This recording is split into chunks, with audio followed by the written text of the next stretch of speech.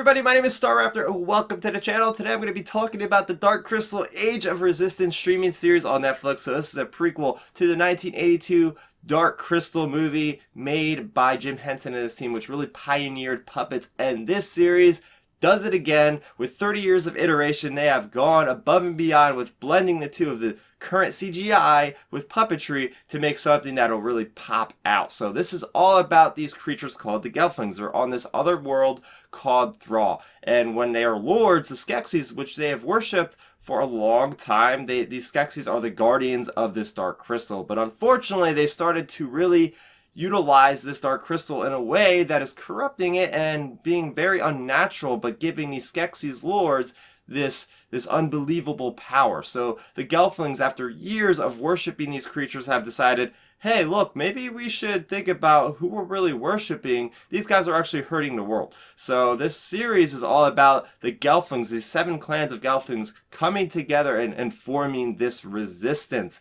So just talking about my initial impressions, upon seeing the first episode for sure, this is a spoiler-free review, by the way, is that everything stands out as, wow, this is really blending, the cinematography of films with TV and making it this seamless transition to where TV has gotten to the point where it looks so damn good and you can't really tell the difference, especially with the way this is designed, with these groundbreaking, innovative puppets with the CGI that's mixed in. Jim Henson couldn't do this back then in 1982, but now his thoughts are probably coming to fruition now with seeing the blending of the two and becoming so seamless that you can't even really tell if it's CGI or puppetry at some points, and that is just awesome.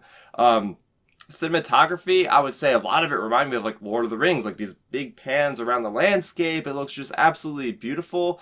As far as this age of wonder, you get this sense of wonder jumping into this fantasy world that is so really fleshed out. Like, they did a decent job in the original movie, but this series breaks it down even further. Like I was saying, it really reminded me like all these creatures like Lord of the Rings with these different clans and the history. You can tell there's a deep history within the world of Thrall. All these different creatures of Skeksis. All this lore is just absolutely incredible. The world building that they managed to do in this is just so awesome. As far as the storyline, with all these awesome visuals, I was thinking like, upon not even seeing it yet, I was like, okay, how good is the story going to be? And man, this story really blew my mind. Think of it like Game of Thrones meets puppets, because that's pretty much what we got here. It's very mature. I know it's meant for kids, or at least they planned it to be, but there's some really mature stuff. There's a lot of death in here, a lot of death of puppets, but other than that, I mean, you got a lot of this backstabbing, a lot of these political maneuvers. There's a lot of these different families, like the clans that remind me of the houses of Game of Thrones. So all in all, this is kind of like Netflix's take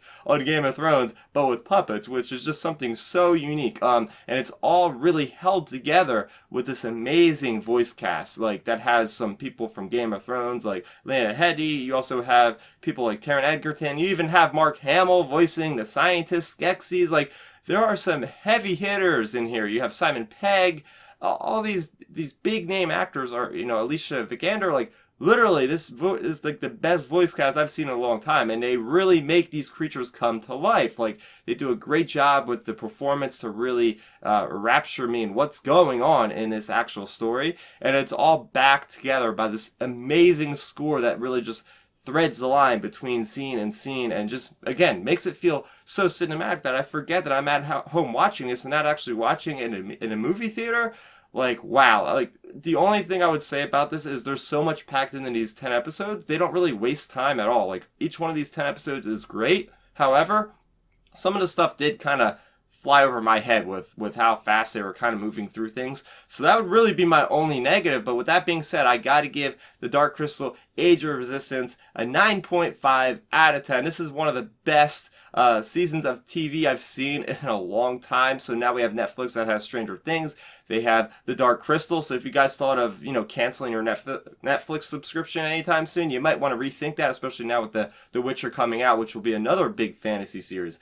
But yeah, I mean, my overall thoughts on the Dark Crystal Age of Resistance is this might stand the test of time becoming one of the better fantasy series, or entities or iterations of IPs, whatever you want to call it, you know, up there with like Harry Potter maybe, or I don't know if it would ever get to the level of Lord of the Rings, but they are certainly giving it its best shot. Again, just a lot of similarities between Game of Thrones. Now the question would arise now, should I watch the Dark Crystal movie before watching the Dark Crystal Age of Resistance? I would do that because that's exactly what I did, and you're going to see the connections very, very soon. As soon as you start watching, you're going to see these connections already, so you'll thank yourself for watching the movie first, and also it'll give you a better like sense of how far they have come with the technology from 1982 to 2019, and really seeing how far everything has come, and just seeing the overall advancement of the technology. So what did you guys think of Dark Crystal Age of Resistance? Did you love it as much as I did? Let's talk about it all in the comment section down below. So if you guys like this video, I have tons of other reviews for things like movies, TV,